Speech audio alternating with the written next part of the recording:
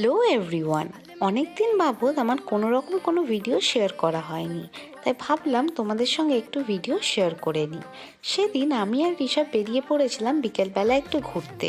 আর এত ঠান্ডা যে কান টান ভালো করে চাপাচুপি না দিয়ে বেরোলেই ঠান্ডা লেগে যাচ্ছে। আমি আর ঋষভ ভাবছিলাম কোথায় যাই, তার জন্য চলে গেছিলাম হাইওয়ের ধারে একটা ক্যাফেতে, যেটার নাম হচ্ছে বসুন্ধরা ধাবা। ক্যাফে না, ধাবাই বলা যেতে পারে। এটা জানো তো নতুন খুলেছে ওই কানপুর রোডটায়। যারা তো বর্ধমানে থাকো তারা বুঝতেই পেরেছো। এখানে আগে আমরা টুকটাক কিছু খাবার খেয়েছি, বেশ ভালো জায়গাটা। আর এখানে ঋষভ অ্যাজ ইউজুয়াল আমাকে বারণ করছে ভিডিও নিতে, বাট আমি ও যেটা বারণ করে সেটাই করি, তার জন্য আমি ভিডিও নিয়েই যাচ্ছিলাম। এখানে চাটা খেয়ে আমরা যখন বেরোই, আশেপাশটা যতটা সুন্দর লাগছিল, ঠান্ডাটা তার থেকেও বেশি লাগছিল।